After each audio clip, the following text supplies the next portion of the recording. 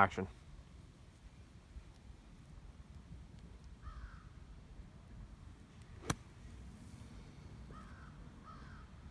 Good afternoon, gentlemen. We've talked about 2 other shots around the green, but now we're going to talk about the last one, which is a bunker shot.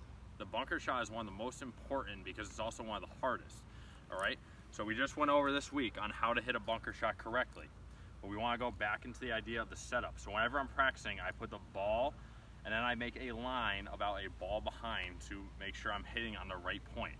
But when I set up to the ball, I open up my stance significantly, and then I open up the face square to my target. And one thing we have to remember is we have to accelerate through the sand. If we do not accelerate, we're going to dig into the sand. We're never going to get the ball out. I can take a very short swing, but as long as I accelerate through the ball, it will get up and out of the sand. The key is acceleration.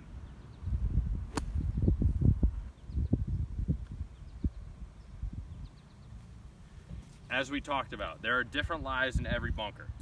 So if we go all the way up here and say I'm a little plugged on the slope of this bunker, I still want to dig in, I still want to open up my stance, but this time we do not open the club face.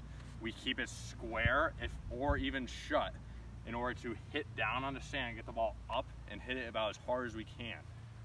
We find our place behind the ball because we still don't want to hit the ball. And that's how we get that out from that up lie. So now if we step back here, we get into the start where it's a much longer bunker shot. So we actually might have to take a different club. So that's where we have to keep the same stance, but we change our club and swing exactly the same.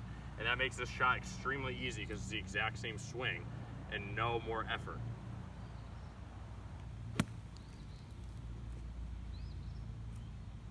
And there's one other thing I'd like to stress about our lesson.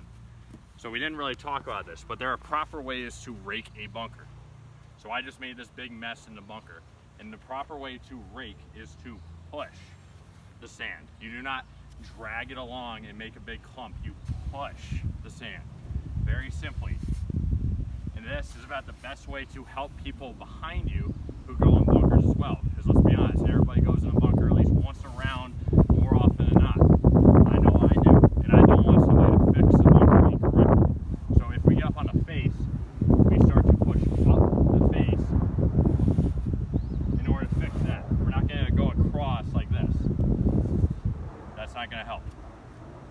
So we push very simply. And that's how we